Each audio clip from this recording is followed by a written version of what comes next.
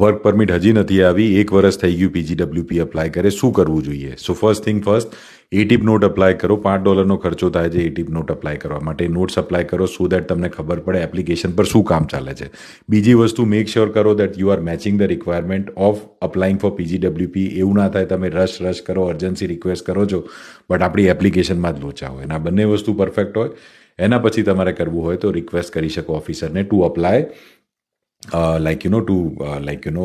give you a work permit. અને if case normal processing time કરતાં exceed કરી હોય એ processing time, you can also do a mandamus પણ કરી શકાય. You can also request your local MP to talk to your immigration officer, to talk to IRCC and discuss your scenario.